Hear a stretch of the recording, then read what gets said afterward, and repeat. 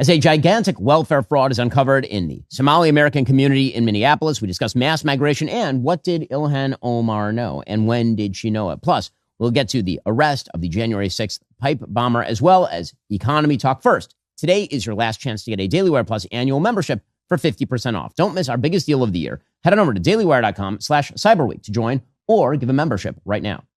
Well, it seems that the Somali welfare fraud scandal is now breaking into full view, and it's hitting a lot of people who are elected officials. That includes, of course, the governor of Minnesota, Tim Walz, but apparently now it also includes possibly Ilhan Omar. So to understand why this matters so much, we have to understand this is all tied into a couple of major national issues. One, of course, is mass migration from third world countries. Is that something America should be pursuing? The second is a gigantic, unaccountable welfare state in which billions of dollars can simply go missing, and it takes years in order to uncover all of that. And those two stories are intertwined. Obviously, when it comes to the question of mass migration, the Trump administration has taken an incredibly strong position that mass migration, particularly from countries that do not cohere to American values, that mass migration should be significantly limited or curtailed. The Wall Street Journal reports today, quote, work permits issued to immigrants who have applied for asylum or a range of other humanitarian programs will now be valid for 18 months rather than 5 years under a new policy announced Thursday by the Trump administration. Of course, the goal there is if people stay here for 5 years, they then tend to receive full asylum. They tend to become American citizens. If they only stay for 18 months, then it is easier to review their cases and say, okay, well, now you can go back where you came from or to a third-party country. By forcing immigrants to renew their work permits more often, the government will have more opportunities to revet them, said Joe Edlow, director of U.S. Citizenship and Immigration Services. Edlow framed the change, which reverses a Biden-era policy, as the latest action by the administration to crack down on legal immigration in response to the shooting last week in Washington, D.C. of 2 National Guard members. That shooting, of course, was allegedly carried out by an Afghan national who had been radicalized in the United States after being imported in the aftermath of the Afghanistan withdrawal by Joe Biden. It's clear that USCIS must enforce more frequent vetting of aliens, Edlow said in a statement. All aliens must remember working in the United States is a privilege, not a right. So when it comes to the question of mass migration, now this is a very open question that has been implicated by not only that Afghan national shooting 2 members of the National Guard and killing one, but also by this gigantic Somali welfare fraud case in Minnesota. As the Wall Street Journal points out, what happens when welfare becomes not a temporary hand up, but an ingrained expectation of American life? For an ugly glimpse, look at the astonishing fraud unfolding in Minnesota. Turns out those GOP reformers were right to call out fraud in the One Big Beautiful Bill Act. The White House this week published a memo titled, Yes, There's Something Wrong with Walls, and it cost taxpayers $1 billion, highlighting various swindles in the land of 10,000 lakes. There may be as many fraud schemes as lakes in the state, given the ease in which scammers tapped government funds. Some 86 individuals have been charged with defrauding Medicaid and the federal child nutrition program in Minnesota. Yes, literally stealing lunch money from kids. No one was doing anything about the red flags, one defendant's attorney told the New York Times. It was like someone was stealing money from the cookie jar and they kept refilling it. In one of those alleged schemes, the outfit Feeding Our Future recruited individuals to set up a network of sham companies and sites that claimed to feed children in the pandemic. They then submitted false invoices and fake attendance rosters to the state. In fact, one of those rosters actually grabbed names from another website called listofrandomnames.com. And somehow this worked for years. In another scheme, a 28-year-old woman allegedly launched a company called Smart Therapy, claiming to provide one-on-one behavioral therapy to autistic children. She employed her relatives with no formal education. She recruited parents to enroll their non-autistic kids in her therapy sessions by paying them kickbacks of up to $1,500 a month per child. And in a darkly comic twist, some parents allegedly then extorted the woman by threatening to enroll their children in other autism centers if they weren't paid bigger kickbacks. In another indictment, 8 individuals were charged with fraudulently billing Medicaid to help recovering addicts find stable housing. Yes, housing. Minnesota pioneered the use of Medicaid money to help beneficiaries secure housing on the questionable rationale this improves health and reduces healthcare spending. So again, they tried to cram housing spending, welfare housing spending into Medicaid. So again, Democrats built this entire massive infrastructure. And now it turns out lots of people took advantage of that. And those people were, in this particular case, Somali. Now, it's hilarious to watch members of the media try to create a rationale for why Somali immigrants to the United States overall have been a massive boon. We went from, again, 2,500 Somali Americans in 1990 to almost 200,000 today. And that is purely through mass migration and the natural increase. And that mass migration was driven by humanitarian concerns, but it turns out that it's come with some pretty significant costs. So today, there's an article from KSTP in Minnesota. It's the ABC outlet in Minnesota. And here's the headline. Somali Minnesotans drive economic growth, pay $67 million in tax annually.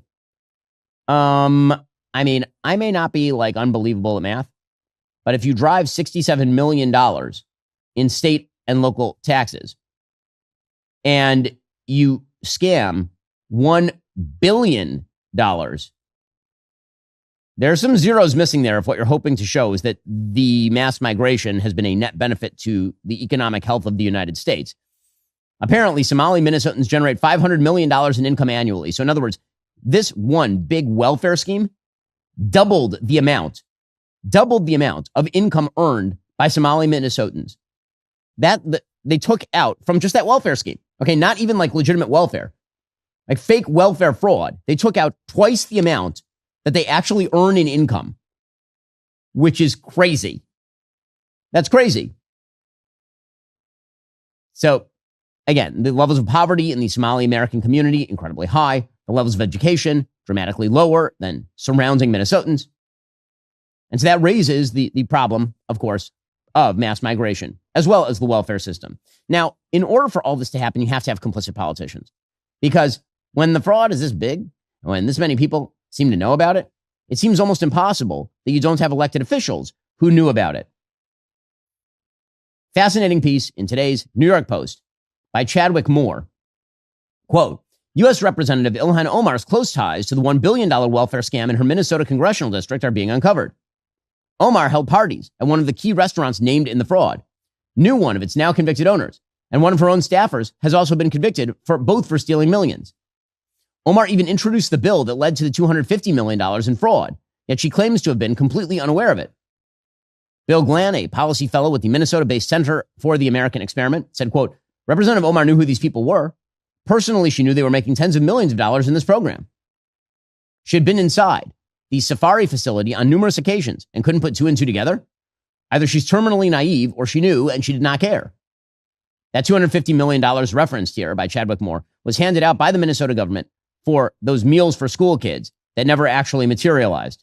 Instead, the money just got pocketed by corrupt business owners, including one Salim Ahmed Saeed, who's the co-owner of the Safari restaurant where Omar held her 2018 congressional victory party. He was found guilty in August of stealing $12 million for serving almost 4 million phantom meals during COVID-19.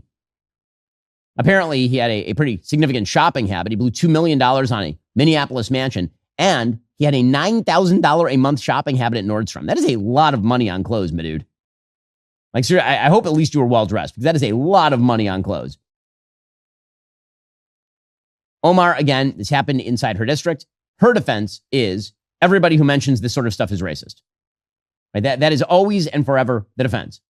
So President Trump, of course, has been highly critical of the Somali American mass migration issue. Ilhan Omar says that Trump is an abusive, deranged old man. This woman who once suggested that 9/11 was something some people did, and who herself has written, again, she wrote a letter to a judge asking that a recruit to ISIS be granted mercy because of the evils of having to integrate in America. That is a real thing she did. And here's a sitting congresswoman in the United States of America calling the president an abusive, deranged old man because he's been critical of Somali mass migration.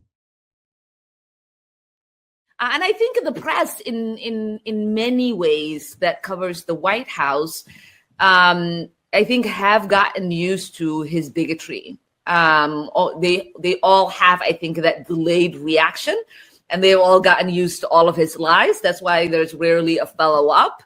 But they also have gotten used to his abuse. You know, you've seen him say to one female reporter, "Quiet, Biggie." You see him calling another one stupid and dumb. This is a very abusive, deranged old man.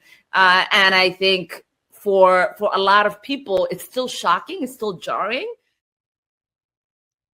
I mean, I think actually what is more shocking and jarring is that a person like Ilhan Omar is in the United States Congress, given her levels of corruption, given the open and very real questions about her own immigration story with regard to her brother given the fact that she is wildly anti-American in the way that she approaches politics and the Constitution of the United States, given her warm embrace of terrorism-adjacent people.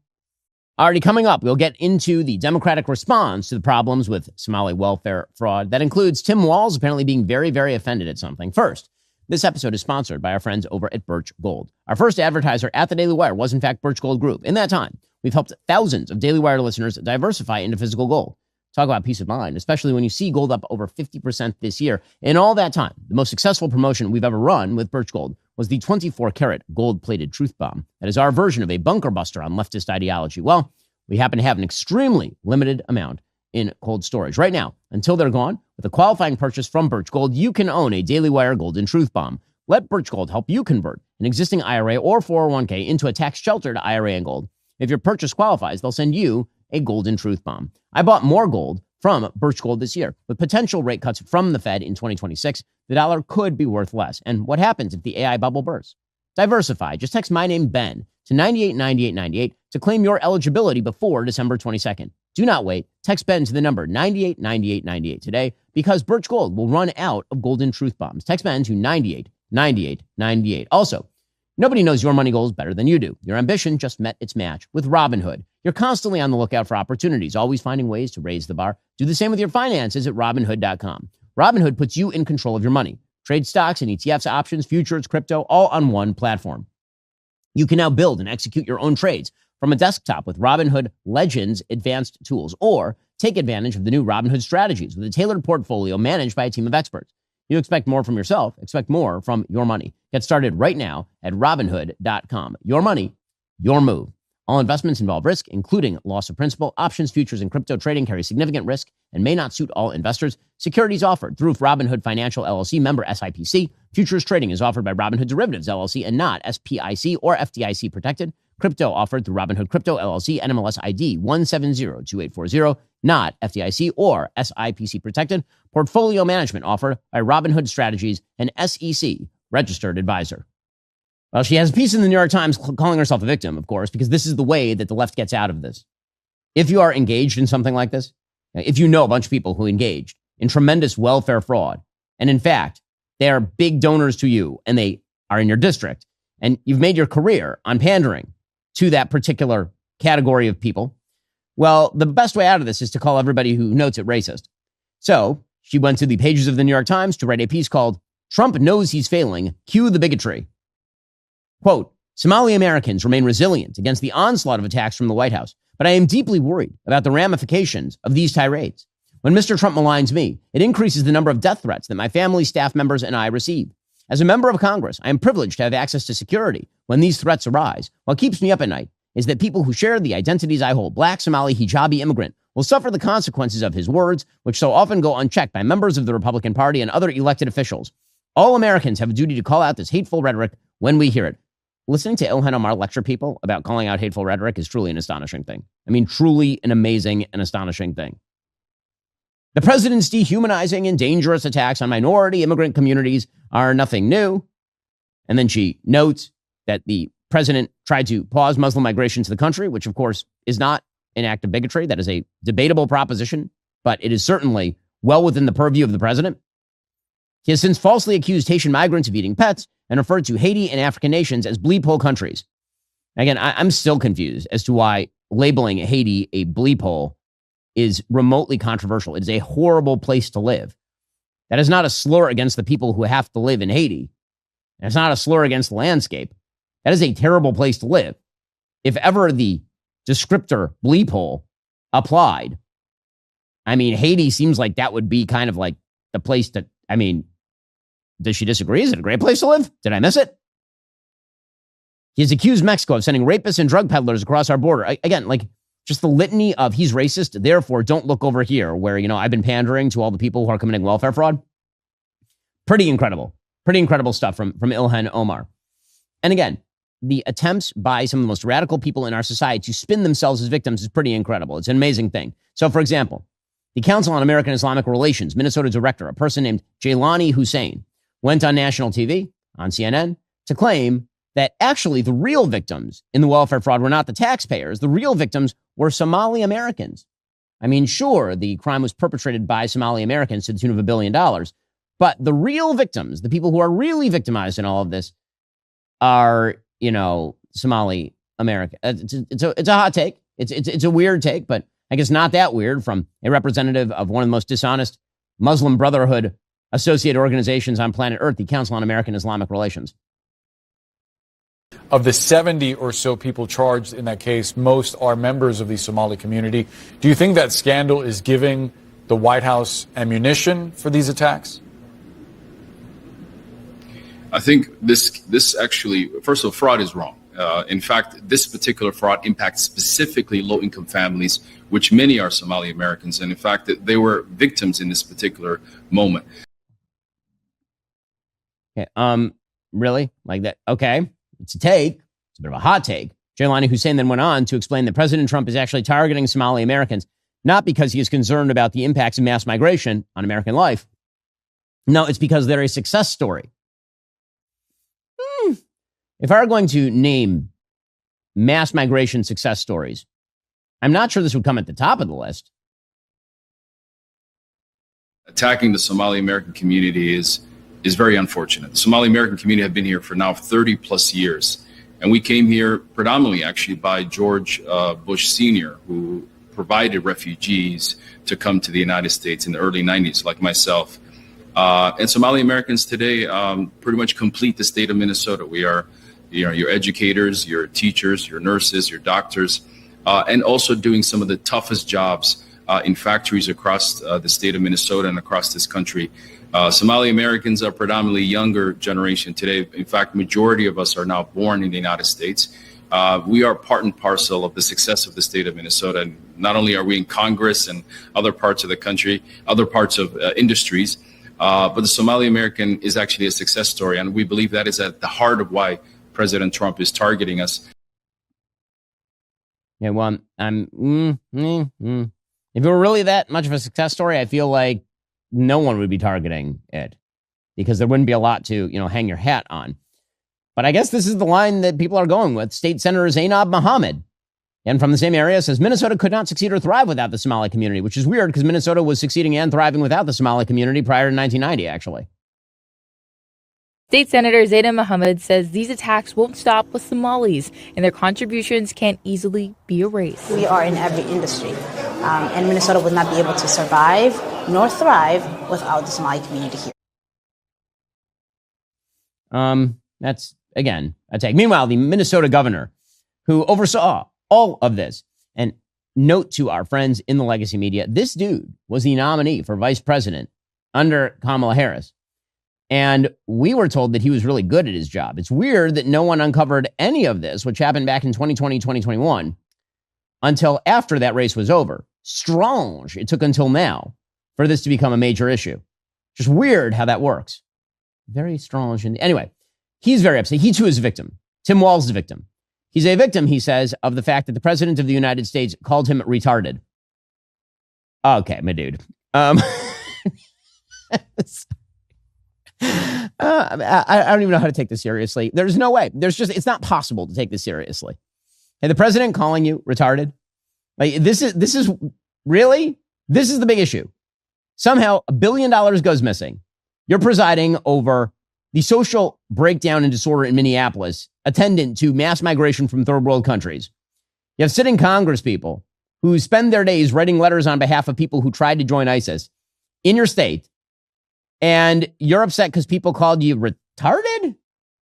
I mean, listen, let's be clear about the word retarded. It has re-entered the normal lexicon. It has. There's nothing anybody can do about it. No one is being broken by it. It's not the end of the world. The attempt to treat the word retarded the same way that we treated it 10, 15 years ago, it's silly. It's not real. And you can pretend to be as offended now as you were 15 years ago about this, but no one is. And I mean, he's not super great at his job. He doesn't appear to be incredibly smart. I mean, here he was complaining that people were driving past his house, calling him retarded. Now, people don't drive past people's house calling them retarded.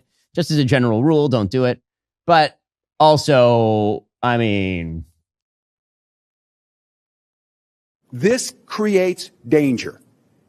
And I'll tell you what, in my time on this, I'd never seen this before. People driving by my house and using the R word in front of people. This is shameful. And I have yet to see an elected official, a Republican elected official, say, you're right, that's shameful.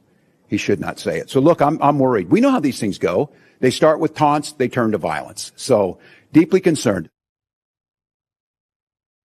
I'm not really certain that the president calling him retarded is going to lead to violence against Tim Walz. I don't. By the way, of the things that the president has called Tim Walz, this is like 8th on the list of offensiveness. Truly. Man, good luck with this argument. Really, really. Good luck for the Democrats with the argument that actually Somali American migration is the thing that has made America historically wonderful and awesome. That welfare fraud is not about the size of the welfare state, that it's about racism. That mass migration itself is a wonderful thing inherently, without any attempt to measure assimilation or economic mobility or education levels or anything. And also that the biggest problem of all is, of course, that someone called Tim Walz the R word. Okay, then.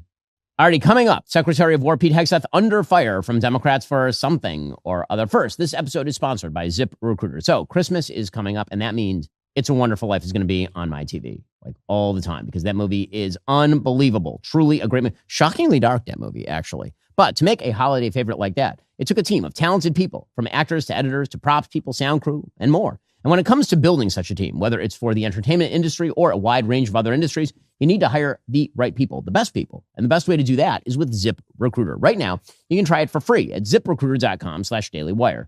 ZipRecruiter makes building your dream team incredibly simple. Their smart matching technology quickly connects you with top talent in your area, so you're not wasting time sifting through unqualified candidates. Plus, you get instant access to their resume database, where you can unlock contact information for the best candidates right away. It's no surprise. They're the #1 rated hiring site on G2. Make your hiring a little merrier with ZipRecruiter. 4 out of 5 employers who post on ZipRecruiter get a quality candidate within day one. Just go to this exclusive web address right now to try ZipRecruiter for free. ZipRecruiter.com/dailywire. Again, that's ZipRecruiter.com/dailywire. ZipRecruiter, the smartest way to hire.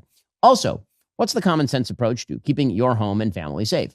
Is it taking action after someone's already inside? Doesn't seem like it to me, but that's what most security companies actually offer. Our sponsor, SimpliSafe, does the opposite. They stop criminals before they enter your home. Now, that sounds like common sense to me. Before, not after. They do it with a double layer of defense. First, they've got AI cameras that detect threats early. Here's the key thing. They alert live agents, real people who actually speak directly to intruders. Hello, what are you doing? You're being watched. I would leave. And you know what? They actually do leave, because if they don't, then the cops come. Now, that's common sense. It's real security. There are no long-term contracts, no hidden fees. You can cancel anytime. Here at the studio, we've got SimpliSafe. Again, that means that when we leave for the day, we don't have to worry about whether our cameras are here when we come back in the morning. SimpliSafe has been named Best Home Security Systems by U.S. News & World Report 5 years running. They back it up with a 60-day money-back guarantee, so you can try it and see the difference for yourself. This month only, take 50% off any new system. This is one of the best prices you will ever see for SimpliSafe. Don't miss it. Hit SimpliSafe.com/Shapiro again. That's SimpliSafe.com/Shapiro and lock in your discount. There's no safe like SimpliSafe. Okay, meanwhile, Democrats are trying to glom onto another narrative. That narrative remains the Pete Hegseth narrative. I said the other day that no one cares about the Pete Hegseth second strike narrative. And I will amend that. A few Democrats care. No one else cares. And the reason no one else cares is because the story does not appear to be true. It does not appear to be true. Remember, it was one Washington Post story that said that apparently Pete Hegseth said kill them all about the nuking of the hitting with a Hellfire missile, a cocaine boat coming from Venezuela that may or may not have had fentanyl on it. And then he apparently walked out of the room. The Washington Post didn't report the walking out of the room. The Washington Post said he ordered a second strike. It appears that part isn't true. There are 0 witnesses, 0, who say that he ordered the second strike on the people who were in the water. Okay, nonetheless, Democrats are very upset. According to the Wall Street Journal, Navy Admiral Frank Mitch Bradley, in a closed-door briefing for lawmakers, defended a controversial September 2nd attack on alleged drug boats in the Caribbean. But Democrats found new grounds to question the legality of the strike after viewing a video of the attack. Bradley told lawmakers the 2 men who survived an initial strike on the boat attempted to continue their drug run, making them viable legal targets, according to 2 defense officials. The admiral played footage of the hours-long incident, including his decision to order that follow-up strike, killing the 2 survivors. So Representative Adam Smith of Washington and Representative Jim Himes issued a joint statement condemning the strike. They said, quote, "The video we saw today showed two shipwrecked individuals who had no means to move, much less pose an immediate threat, and yet they were killed by the United States military." Defense officials said the survivors were aboard the heavily damaged vessel. They were still attempting to salvage packages of drugs, and apparently they were still communicating with fellow narco traffickers via radio, right? So that's the claim being made by the Defense Department. But apparently, according to Adam Smith, there's no way you could have looked at that video and found a lick of evidence there were any drugs anywhere around the tiny little piece of the boat that was still sticking above the surface of the water. There was nothing to see. Okay, so now we have an argument over the tape. And frankly, it seems to me that since we're all talking about it, we may as well just see the tape and then we can have the arguments ourselves. Tom Cotton saw the same exact tape. Here's the senator from Arkansas explaining that actually they were still active. They were not what is called hors de combat. They were not out of combat. They were not disabled. They could still get back in the fight, in other words. If you think these strikes are justified and righteous, as I do, and I want them to continue, then of course the second strike, when you have two survivors who are trying to flip their boat back over and continue on their mission, remain in the battle.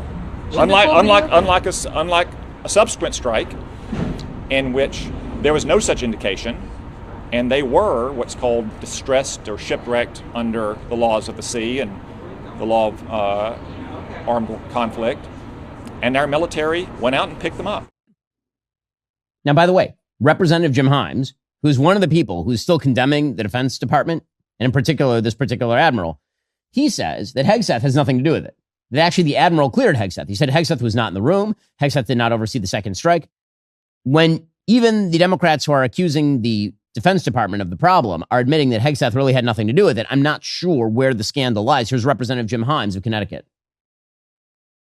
The last thing I'm going to say is that the admiral confirmed that there had not been a kill them all order, and that there was not an order to grant no quarter. Okay, so I mean, wasn't that the original story? Wasn't that the locus of the original story? So I guess now they should move off of Hegseth, but apparently not. Apparently not. Mark Warner, the senator from Virginia, he says he remains troubled. Well, good for him, I suppose. I'm going to say what the video was very troubling, and I think more people need to see it. But I want to better understand process, justification, and some of the items. I had a checklist of items that I want to see that I think many of my colleagues have asked for as well. Okay, so, is this dog going to hunt? Probably not. Mark Thiessen has a good piece over at the Washington Post talking about the so-called double tap strike. He says, President Barack Obama did it all the time. Indeed, in targeting cartels, it has designated as foreign terrorist organizations. The Trump administration appears to be closely following the playbook pioneered by Obama. On taking office, Obama dramatically escalated the use of drone strikes against terrorism targets after ending the CIA's terrorist interrogation program, finding it was simpler to vaporize enemy combatants rather than capture them alive for questioning. So Obama forged what the New York Times called at the time a take no prisoners policy, ordering more than 540 drone strikes on terrorists in Pakistan, Somalia, and Yemen, including one that killed an American citizen, Anwar al-Awlaki, who was a terrorist. The strikes that Obama ordered were similar to those Trump has carried out in the waters off Venezuela. Obama used what were called signature strikes, in which the U.S. targeted patterns of behavior denoting terrorist activity, even when the precise identity of the individuals being targeted was unknown.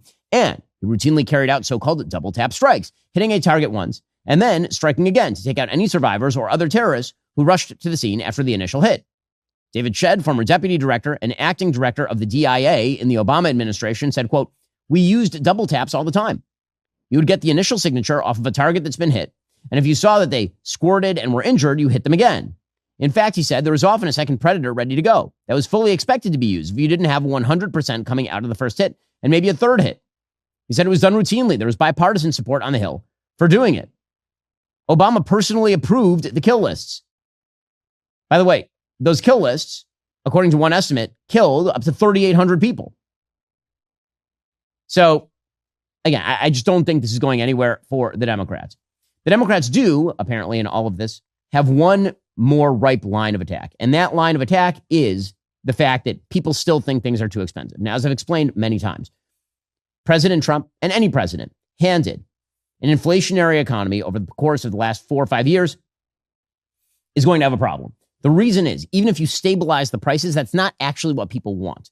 What people say they want and what they want, two different things. When people say they want the inflation to stop, they don't mean they want the inflation to stop. They mean they want deflation. They want lower prices than currently exist. Not that if a box of cereal cost $5 a year ago, it should also cost $5 today. What they mean is that if a box of cereal cost $5 last year, it should cost $4 today. That's what they want. They want actual deflation. And what Trump is saying, quite correctly, is, well, you said you wanted me to stop the inflation. The inflation's running a little hotter than normal, but not much. I mean, we're at like 2.5%, 3%, as opposed to 9 to 11% under Joe Biden. And in that sense, Trump's been handed an unenviable job, because really the only way to radically decrease prices, as we have discussed many times on the show, is to either radically increase supply or to lower demand. Lowering demand typically comes along with a recession. Increase in supply comes with productivity increases. The problem when it comes to food, for example, is that productivity increases, we're pretty productive. We have a lot of food, like a lot of food. And so the price of food is unlikely to come down unless demand drops off in some significant way. With that said, the polling shows that when people feel stretched, they blame whoever's in office. Politico has a poll out showing that almost half of Americans say the cost of living in the U.S. is the worst they can remember it being, a view held by 37% of 2024 Trump voters. Now, by the way, that can certainly be true, because, again, if it's 3% higher this year than it was last year, and last year it was 11% higher than the year before, well, it is, in fact, the worst that it has ever been in terms of affordability, in terms of pricing. I mean, that's reality, but it doesn't mean that things are escalating as poorly under Donald Trump as they were under Joe Biden. They're not even remotely. Americans also say the affordability crisis is now Trump's responsibility, with 46% saying it is his economy now, and that his administration is responsible for the costs they struggle with. Now, again, that shouldn't be a shock. He's the current president of the United States. What are they going to say? That it was, Biden still? Like, what difference would that make? GOP strategist Ford O'Connell said after that last Tennessee election, that Tennessee Congressional 7 election, in which the Republican beat the Democrat by 9 points, it's a small warning. It's one that Republicans need to understand. So, again, there need to be radical productivity increases. People do need to feel the economy moving in their direction. Wall Street continues to churn. I mean, there's no question right now that the stock market has been doing quite well. It will continue to do, I believe, quite well for the next few months minimum, because there's just so much money churning through the system right now, particularly in the direction of AI, that I say we're in a bubble. I do believe we're in a bubble, but the bubble can continue to expand before a contraction comes. Democrats, meanwhile, are putting their foot on the gas with regard to the affordability argument. The beauty of being a Democrat is that you can propose a horribly inflationary and regulation-ridden system like Obamacare, ram it through in the name of lowering costs. You don't lower costs, and then you blame the Republicans for not lowering the costs. It's beautiful. One of the beautiful things about big government politics is that you get to claim that when it fails, you need more big government. So Chuck Schumer, the Senate Minority Leader, made that case yesterday. He says Obamacare isn't broken. Obamacare is awesome. Also, we're going to need another $350 billion to fund it. Shows you how out of touch they are. 55% of people who voted for Trump in November of 2024 support extending the credits. 55% of Trump voters. The Republicans are so much in a bubble. They're so out of touch. They don't understand the anguish and concern of the American people. Well, I mean, no, Republicans are saying that that's your fault. You designed a system to fail, and then it failed, and then you turn around and blamed everybody else. By the way, you can't claim that the system you designed is working when you keep requiring gigantic infusions of taxpayer cash in order to keep it functional. But that's exactly what Chuck Schumer is saying. He says that it is necessary for Trump to extend the ACA tax credits. What Trump ought to do is talk to the Republican senators and say, vote for this proposal. That's the way to solve the problem. That's just about the only way to solve the problem before the January 1st deadline. Look at it. They don't even have a plan. They don't even have two plans they're divided about. They're all over the lot saying many different things, fighting with each other. It's crazy. It's just crazy on such an important issue that they would have that. And well, I mean, again, the reason that they are pushing back is because you keep designing systems that fail, and then you ask them to provide you more money. Now, there's some talk on the Republican side about the possibility of at least temporarily extending the ACA subsidies in order to avoid the political blowback from the increase in healthcare costs, while some sort of transitional plan is made. I could see that as a compromise solution if there is an actual alternative plan that takes form over the course of the next year. And so you package ACA tax subsidies, which are basically just giveaways. You package those with actual changes put in place over the course of the next year or two before President Trump has to leave office in order to actually course correct the system. That would be the only fair trade here. Democrats, however, are saying that they want essentially a clean ACA tax subsidy expansion. They don't want to change anything, which of course is a road to more and more and more government interventionism. That is why Republicans are resisting. Already coming up, the pipe bomber from January 6th has now been arrested. We'll bring you the details. First, this is it, the very last day. There are no more days to get 50% off your new annual Daily Wire Plus membership. Let me repeat that. 50% off Daily Wire Plus annual memberships. That ends tonight. Now is the time to lock in our best deal of the year and get everything we make, including that incredible 7-part series, The Pendragon Cycle, Rise of the Merlin. 50% off Daily Wire Plus annual memberships. It will not return for another year. Do not miss this deal. Join right now at dailywire.com/cyberweek. All right, folks, get ready for some fast facts. The DOJ has now announced that the pipe bomber from January 6th was arrested, which is pretty amazing because, again, January 6th, last I checked the calendar, was over 4 years ago. So well done by the FBI and the DOJ for actually figuring out who planted a pipe bomb, multiple actually, outside the RNC and the DNC ahead of the January 6th riots. According to the New York Post, accused DC pipe bomber Brian Cole Jr.'s face was revealed for the first time since he was busted for allegedly planting those explosive devices. He is a young black man. His politics are unclear. Apparently, according to Pam Bondi, this happened because the Trump administration made the case a priority where the Biden administration had not. Here was the Attorney General. The FBI, along with U.S. Attorney Shapiro and all of our prosecutors, have worked tirelessly for months, sifting through evidence that had been sitting at the FBI with the Biden administration for 4 long years. Let me be clear, there was no new tip, there was no new witness, just good, diligent police work and prosecutorial work. The bomber was charged with the use of an explosive device and the attempted malicious destruction by means of explosive materials. There would be more charges to come. Now, again, totally unclear what the politics of this person were, why he did it. But there is something to the idea that if they were using the same exact evidence the Biden administration had, and the Biden administration basically memory hold this entire case because it misdirected resources away from January 6th prosecutions for trespass inside the Capitol or whatever. Politicization of justice is always a bad thing. Democrats, by the way, are trying to play the reverse. So meanwhile, Mark Warner, senator from Virginia, he's saying that the DOJ is picking and choosing by actually taking time to find the pipe bomber. It kind of makes me, looking at this crowd, doing a victory lap when all the senior FBI officials across all key divisions have been fired for political purposes, when in some field offices up to 45% of the FBI officers who were doing things like counter-espionage and cyber have been assigned to do immigration cases.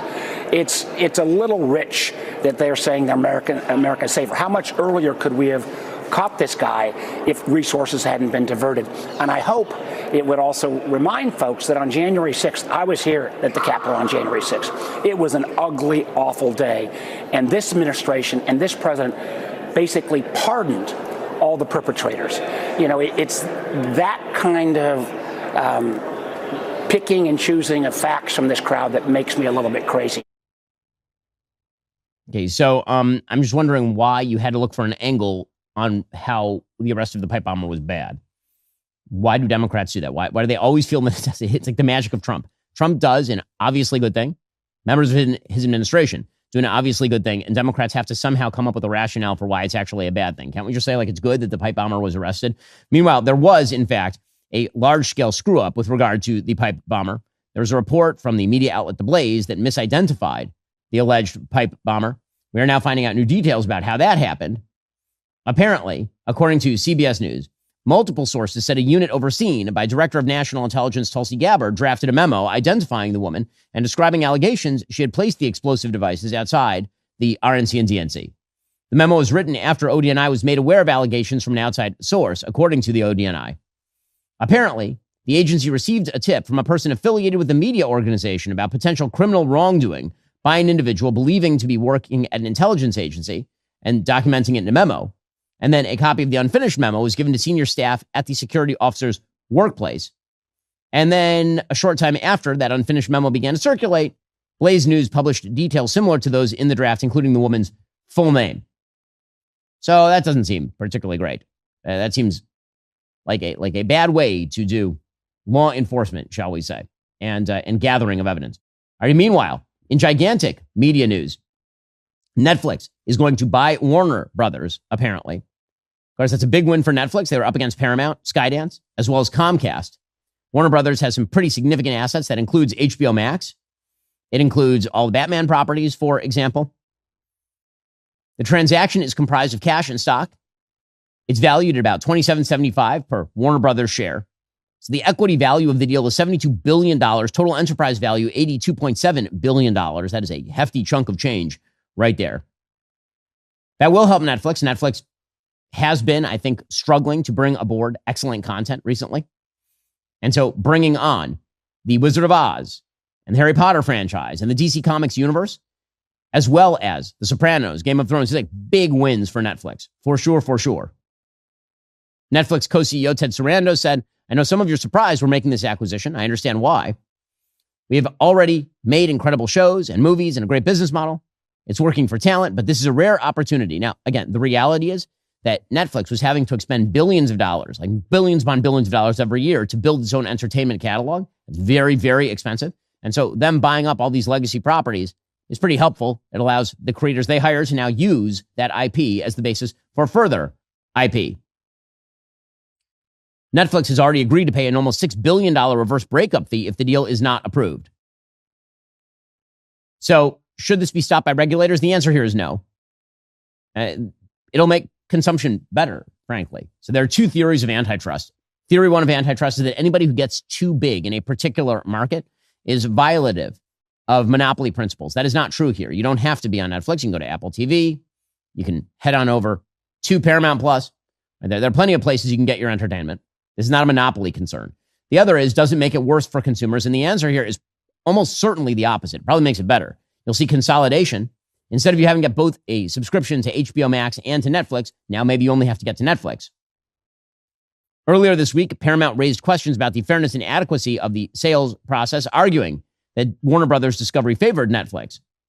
But, we'd have to see exactly what the offer was from Paramount. Did it outstrip it in terms of money? If not, then this seems like an empty complaint. And meanwhile, speaking of the state of media, Bari Weiss over at CBS News has been making some pretty major moves. She is, of course, slated, I believe, the week after next to interview Erica Kirk, which should be fascinating. Meanwhile, older members of the legacy media, former members, are lamenting the supposed decline of CBS News, which is kind of incredible considering that CBS News was in the toilet before the Ellison family took it over and Barry was put in charge. Here is a Connie Chung lamenting the state of CBS News. What's it like to watch CBS right now? We don't. I mean, I can't.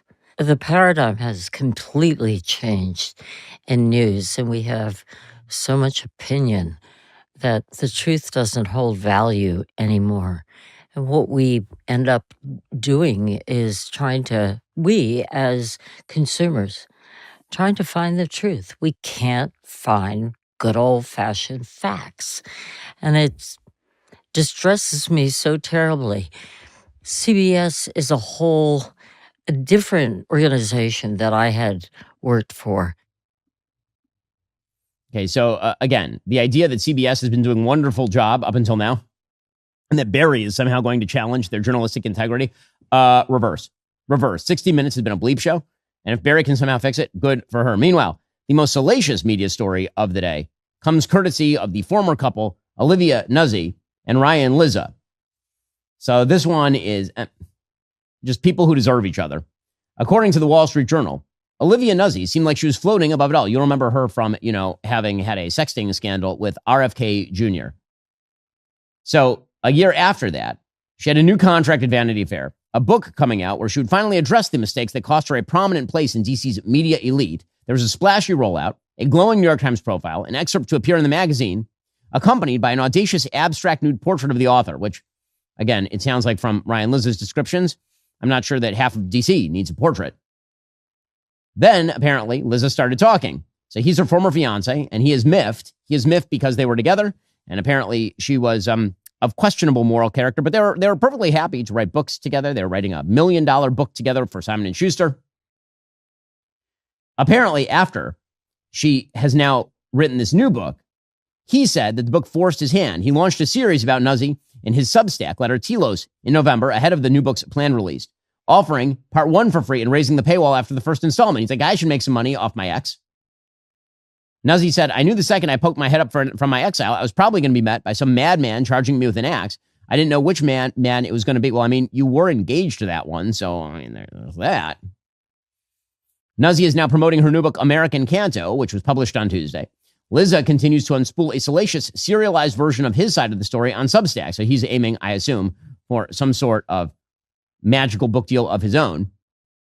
Apparently, in the first Substack post, Liza took aim at Nuzzi's journalistic integrity, airing alleged text message exchanges, love poetry, and recorded conversations meant to incriminate his ex. So he sounds like a delightful person. But, they deserve each other, as I say. He wrote that her affair with Kennedy was just one of many ethical mistakes she made as a journalist. Apparently, she had another affair with another politician she'd profiled for New York Magazine. She had an artist secretly record a session with President Trump in Florida. Nuzzi said, quote, I suggest people refer to what I have said about my own life, rather than the distortions or conspiracies promoted by someone I was at least fortunate enough not to marry. Liza then responded by saying, telling the truth is not harassment. Accountability is not an axe.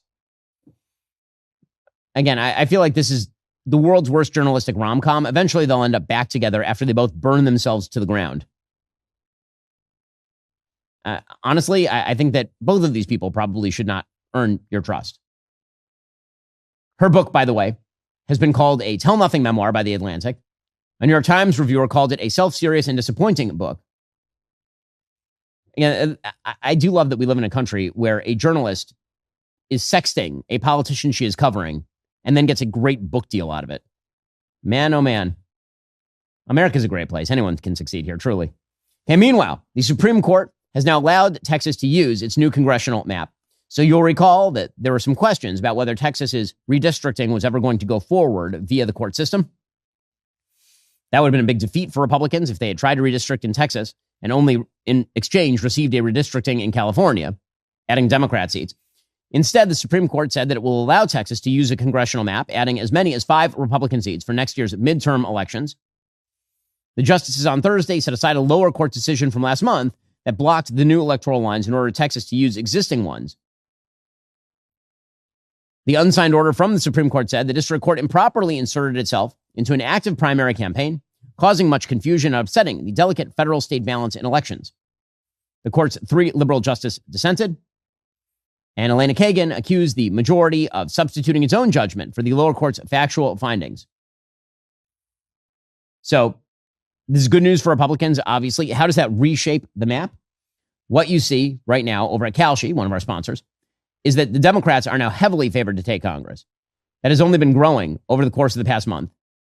If you go back to October, they were slightly favored, about 60-40. Today, they are favored about 80-20. Obviously, Republicans need every seat they can get, but they are running an uphill race. So had they lost this case and also been facing this uphill battle, it could have been a wipeout.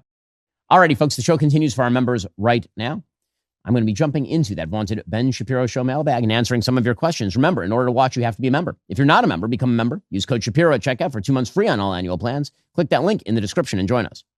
Today on the Ben Shapiro Show, China is growing by leaps and bounds in terms of manufacturing. What does that actually mean? How should the United States actually orient its national security strategy to stop China? What does that mean for Russia? We'll get into the weeds on all of this. How do we stop China? How do we stop Russia? How do we strengthen America in the world first? This year, Bring me with you for all your holiday travel. What could be more fun? Download that Daily Wire Plus app and take the show everywhere you go. Inside the app, tap follow under my picture. You will get notifications the second I go live or drop a new episode. Step away anytime. Come back exactly where you left off. Plus, you can watch the same clips everybody is arguing about on social media without having to suffer through social media. You can even download episodes for offline listening. The app is where our community lives, chatting live during shows, sharing ideas, debating the big questions, and because it's ours, it can't be canceled, censored, or shut down. Download that Daily Wire Plus app right now in the App Store, Google Play, Roku, Samsung, and more. The United States right now is facing down an existential threat. That existential threat, of course, does come from a lack of willpower. It comes from a doubt about what America is. But in terms of foreign policy, that existential threat comes from a team-up that has been growing. That team-up is between China, which is really the sponsor state of the anti-American bloc, along with its friends like Russia and Iran. The existential threat doesn't mean that China is going to attack the United States. It does mean that as the United States recedes from the world, as Russia expands its sphere of influence in Eastern Europe, as China expands its sphere of influence, not just in the Far East, but also in Africa, across the rest of Asia, into South America, the United States is going to be in the unenviable position of having to withdraw from the world. And a United States that is no longer able to guarantee freedom of the seas, a United States with no economic allies, a United States that is sort of a secondary partner, as opposed to China being a primary partner for all the rest of these countries, is a United States that has an economy that is shrinking, a United States that is forced within its own borders, and that is a problem. That is not a good thing. That is a problem. There is this bizarre notion that has arisen on the right that if the United States were to be essentially autarkic, if the United States were to withdraw from the rest of the world, suddenly things would get better. That the amount that we expend in foreign aid, for example, or military expenditure is a complete waste of money. If we just spend that money at home, then magically everything gets better. The problem, of course, is that the world is interconnected. The reason that you are able to obtain better, cheaper products that make your life easier every single day is because the interconnection of world trade makes that possible. And that, of course, is only possible because of the power of the United States economy and the power of the United States military. Why do I bring that up? Well, because China seems to be posing a broader and broader threat. And yet there is a bizarre unwillingness on the left to acknowledge the threat that is China. And on the right, there seems to be an unwillingness to deal with the actual realities of what it would mean to face down China in a responsible and coherent fashion. So, the Wall Street Journal reported yesterday that China is actually growing at the expense of the rest of the world. According to Greg Ip, writing for the Wall Street Journal, who has contributed more to the rest of the world's growth this year, China or the United States? The answer is the United States, and it's not even close. Even as the U.S. rolls out tariffs, its imports are up 10% so far this year from a year earlier. And as China moralizes against protectionism, its imports are down 3% in dollar terms. The U.S. figures might be an anomaly, reflecting people attempting to get around the tariffs by importing product before the tariffs went into effect, but China's are not.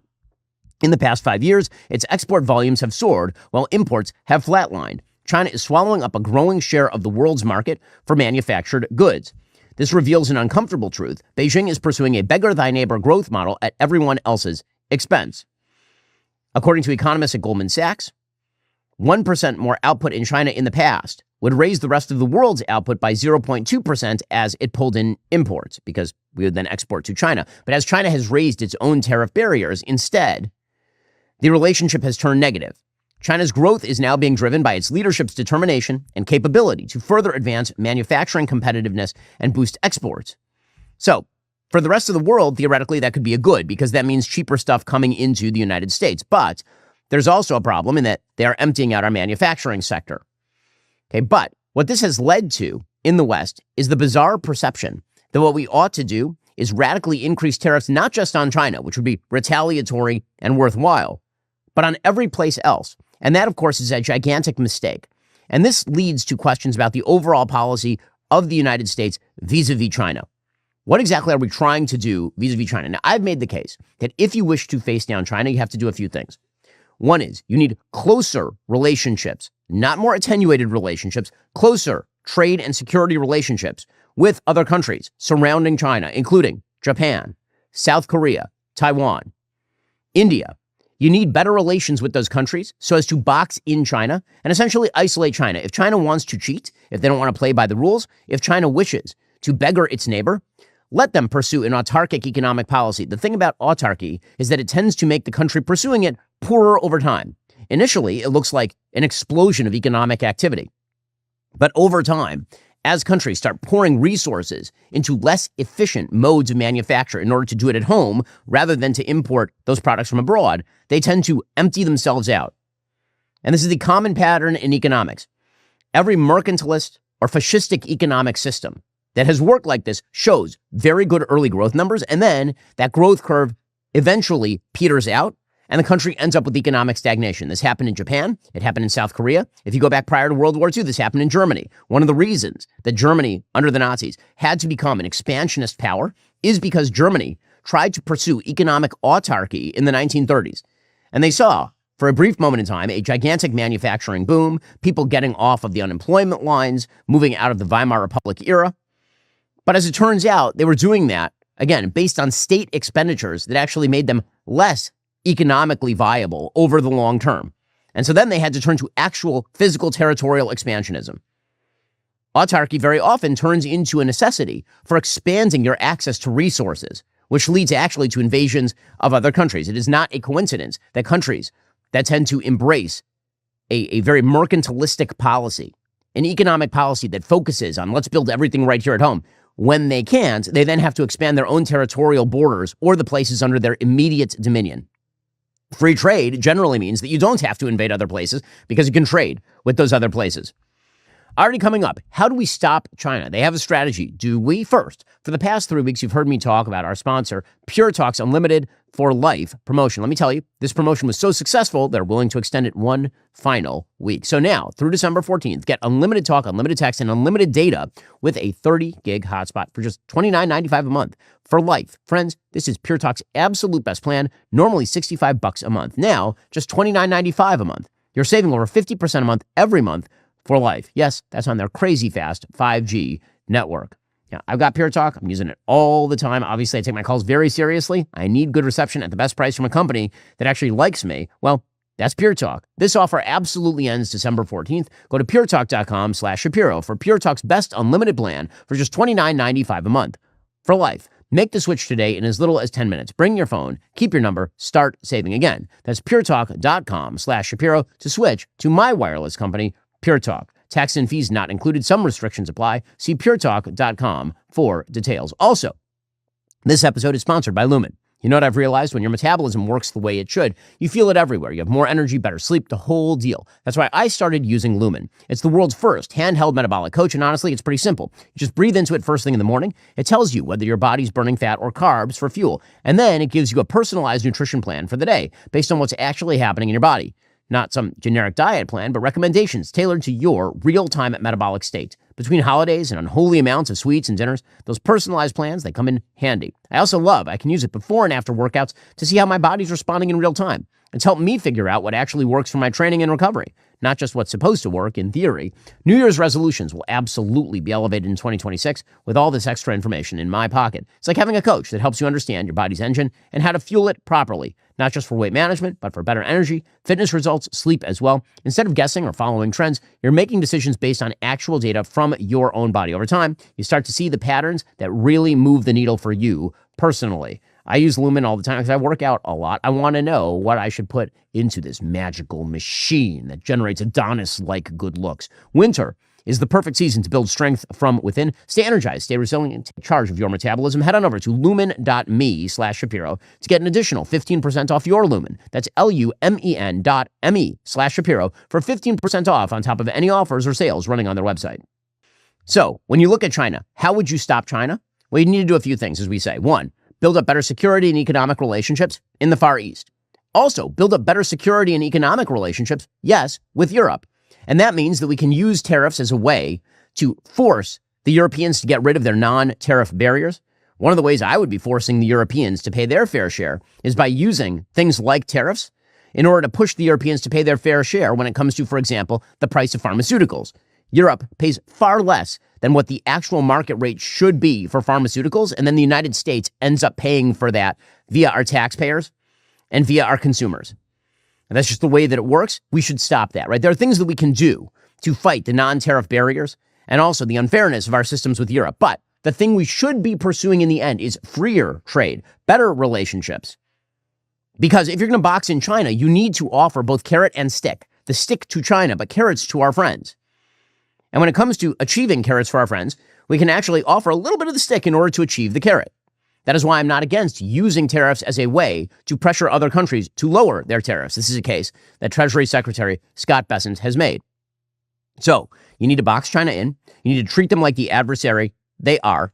You need to build out other lines of supply. You need supply chains that are diversified so we're not as reliant on China, right? These are all the things you would need to do. You would need to cut off China's allies at the knees. So if Russia is expending extensive resources in Ukraine, for example, and it's hollowing out their economy, if it's making them poorer, if it's making them more dependent on China, if in fact Russia is adversarially connected with China against the United States, which again is the philosophy of Duginism, which is the sort of guiding light of the way that Vladimir Putin thinks, if we believe, as we should, that Russia is a geopolitical adversary of the United States, then obviously we should be pursuing an attempt to get Russia to stop invading Eastern Europe. And that means supporting allies in the region to the extent necessary to stop the Russians. Because it's not as though Russia and China aren't talking to each other. They are talking very extensively to each other. If we are attempting to form a better relationship with India, then we should be attempting to form a better relationship with India. We should be trying to make trade relations with India so beneficial to India that they don't want to trade with the Chinese. There are natural differences in opinion between China and India, which have nearly come to blows several times over the course of the last several decades. India and China are not working hand in glove. They have actual territorial conflicts. We could be attempting to pry India out of China's sphere of influence. Right? These are all things that a responsible foreign policy would do. And then we certainly would not be shipping many of the most important components in the battle for the future to China. China's already stealing our IP. China's already cheating when it comes to trade relationships. China is already beggaring its neighbor. Why should we be sending, for example, some of our most sophisticated microchips produced in the United States or via TSMC? Why should we be allowing those to flow into China? Even if we're going to argue that it's only a marginal increase in China's capacity, why would we allow that increase in China's capacity? China is our geopolitical enemy. They are our opponent.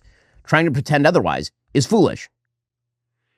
Because if you allow China to continue pursuing its normal policies, China will, in fact, blow itself out. Here are China's problems. China has a serious demographic problem. It does not have enough people. I know it's a weird idea, but China is in steep demographic decline.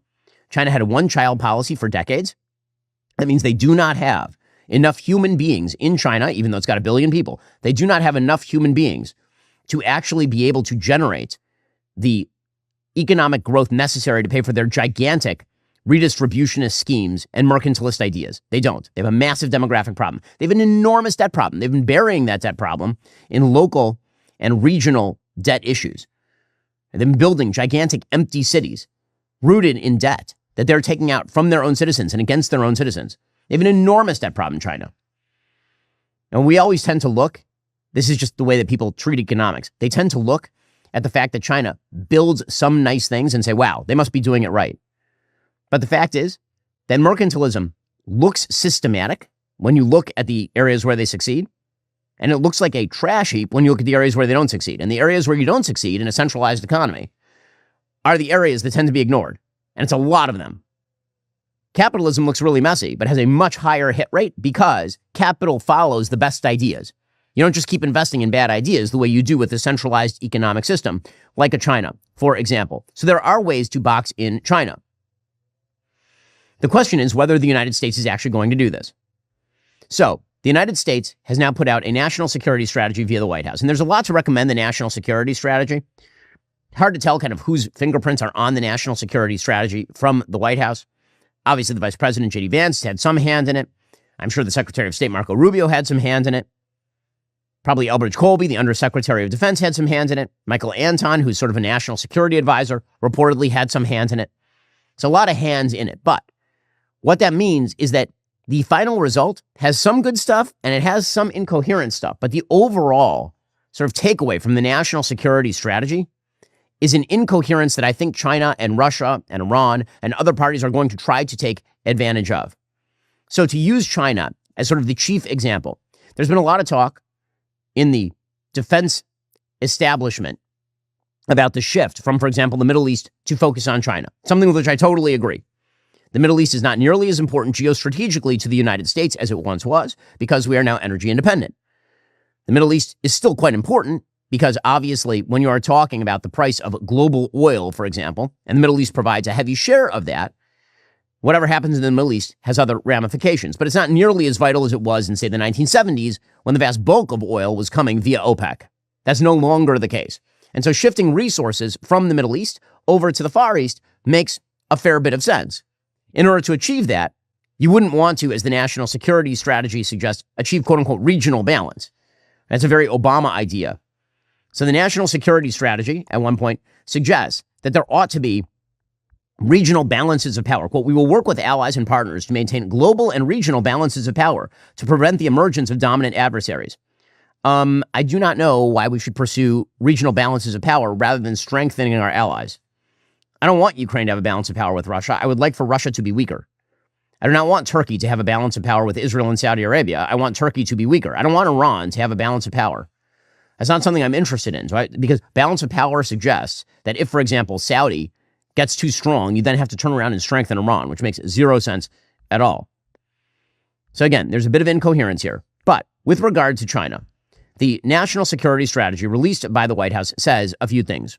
It says, President Trump single-handedly reversed more than 3 decades of mistaken American assumptions about China, namely that by opening our markets to China, encouraging American business to invest in China, and outsourcing our manufacturing to China, we would facilitate China's entry into the so-called rules-based international order. This did not happen. Okay, this part is absolutely true.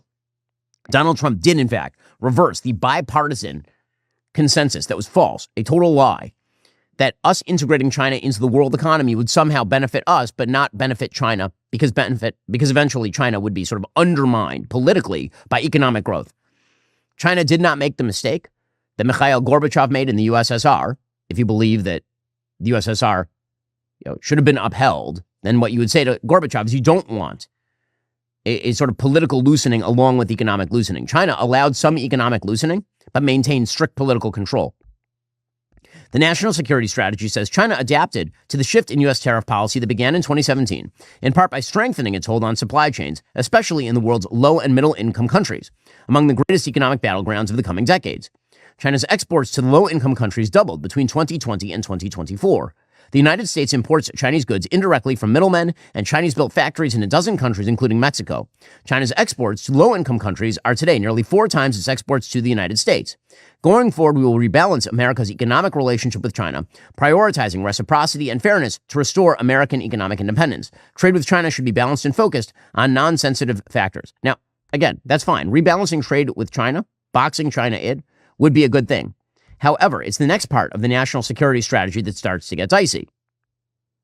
Okay, quote, the United States must work with our treaty allies and partners, who together add another $35 trillion in economic power to our own $30 trillion national economy, to counteract predatory economic practices and use our combined economic power to help safeguard our prime position in the world economy and ensure that allied economies do not become subordinate to any competing power. America First diplomacy seeks to rebalance global trade relationships. We have made clear to our allies America's current account deficit is unsustainable. We must encourage Europe, Japan, Korea, Australia, Canada, Mexico, and other prominent nations to adopt trade policies that help rebalance China's economy toward household consumption, because Southeast Asia, Latin America, and the Middle East alone cannot absorb China's enormous excess capacity. Okay, so this is talk about trade deficits. And the basic idea here is that the United States has to rebalance our trade relationships with Japan and Europe. Now, as we've talked about on the show, trade is mutually beneficial. As an economic matter, put aside national security for a second. If you and I trade, both of us benefit. It's a voluntary exchange of goods, a voluntary exchange of money for goods or services. Both of us benefit, or we wouldn't be doing it. The idea that the fact that we run, for example, a trade deficit with Ethiopia is inherently economically problematic for the United States is ridiculous. The GDP per capita in Ethiopia is like $1,000 a year, and they're exporting us coffee. Us buying good coffee from Ethiopia does not beggar the United States. That's silly. And this is where the America First tariff policy toward the rest of the world actually ends up achieving the reverse of what it wants to with regard to China. As I said at the top, if you want to box China in, we need better trade relationships with Japan, Australia, Europe, Canada, Mexico. Otherwise, you know what they're going to do? They're going to trade more with China and less with us. This is the problem. The national security strategy laid out by the White House simultaneously argues, quote, we should form coalitions that use our comparative advantages in finance and technology to build export markets with cooperating countries. America's economic partners should no longer expect to earn income from the United States through overcapacity and structural imbalances, but instead pursue growth through managed cooperation tied to strategic alignment and by receiving long-term U.S. investment. Hold up a second. Now what you're talking about here is we should form coalitions using our comparative advantage in finance and tech, but we should also prevent other countries from building their manufacturing capacity to make T-shirts and such. Okay, none of this is going to result in the thing you want it to result in. And the proof is in the pudding.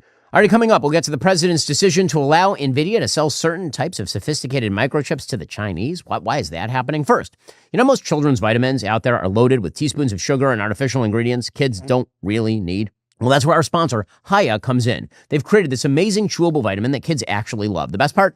Zero sugar, but still totally delicious. Even the pickiest eaters would approve. They've packed in 12 organic fruits and veggies, plus 15 essential vitamins and minerals. It's non-GMO, vegan, allergen-free, and thoroughly tested for safety, which means you and I can both feel confident giving our kids vitamins made to this high-quality standard. And are you tired of battling with your kids to eat their greens? Hiya now has Kids Daily Greens plus Superfoods, a chocolate-flavored greens powder designed specifically for kids. It's packed with more than 55 whole food ingredients to support brain power, development, and digestion. Just scoop, shake, and sip with milk or any non-dairy beverage for a delicious and nutritious boost your kids will actually enjoy. They even send stickers with your first order so your kids can decorate the bottle and make it their own. We've worked out a special deal with Hiya for their best-selling children's vitamin. Receive 50% off your first order. To claim this deal, you have to head on over to hiyahealth.com/Shapiro. The deal is not available on the regular website, so head on over to hiyahealth.com/Shapiro. Get your kids the full body nourishment they need to grow into healthy adults. Also, this episode is sponsored by Helix. Sleep is your secret weapon during cold and flu season. It's literally when your immune system does its best work. But here's the thing. You're not going to get that deep restorative sleep if you're tossing and you're turning on the wrong mattress. When you're fighting off germs, trying not to catch them in the first place, you need a mattress that actually supports your body and keeps you comfortable all night. It's not just nice to have. It's essential.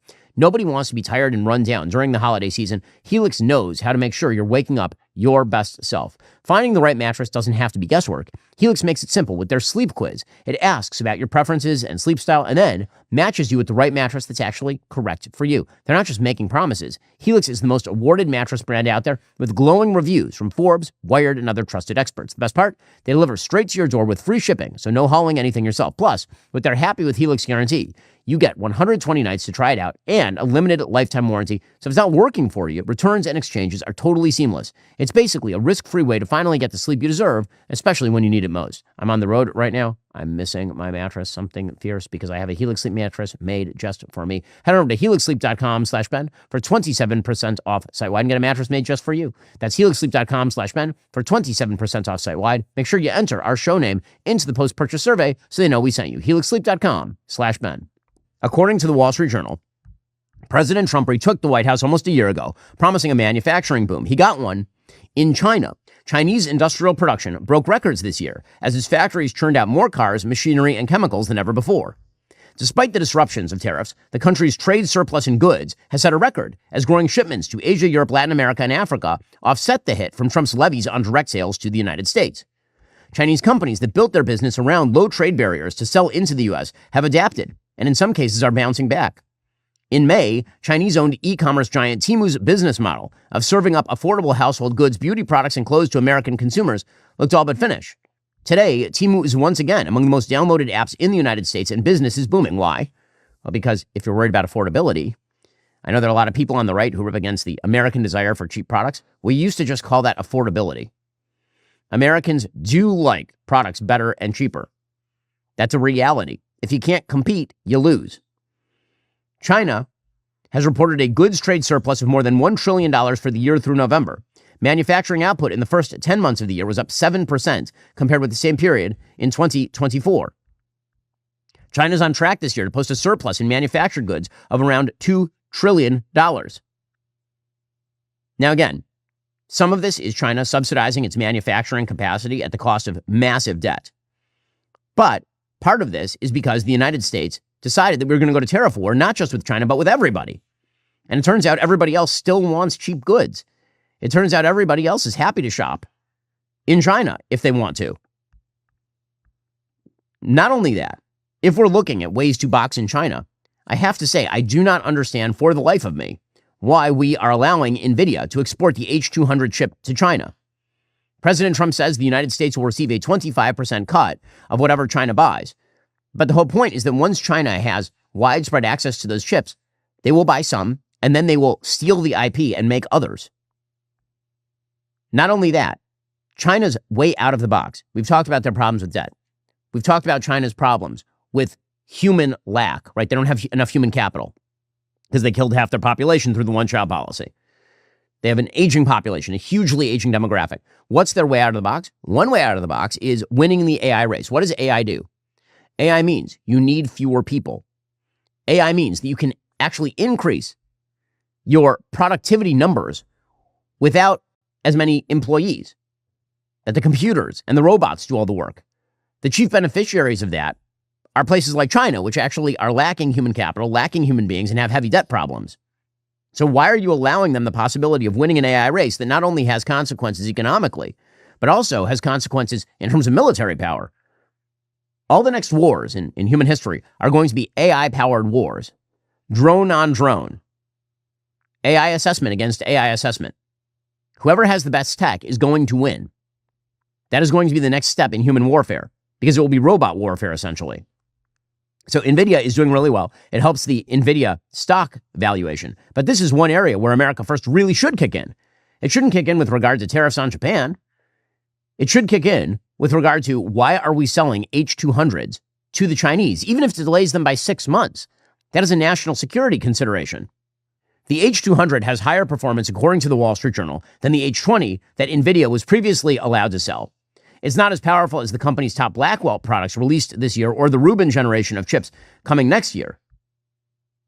With that said, some of what's going on here is pure bulk. Now, yes, more sophisticated chips mean greater efficiency.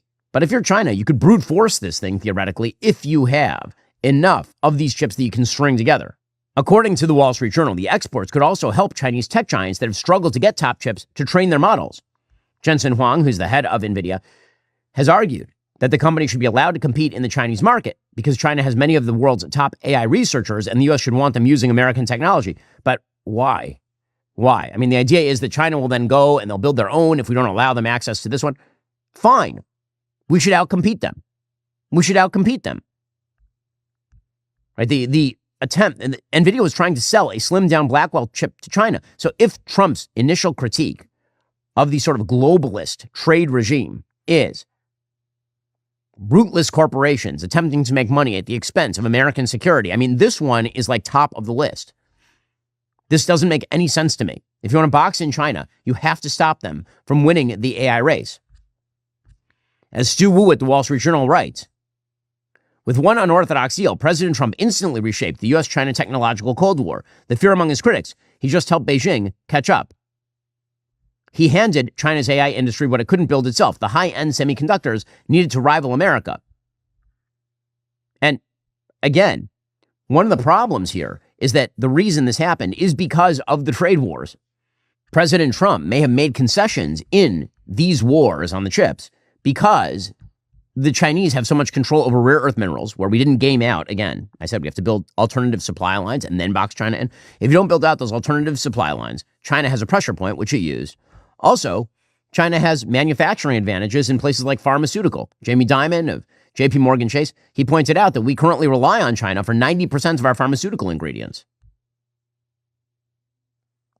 It's not just about China, but we rely on single parties for things we need for F-35s and nuclear submarines.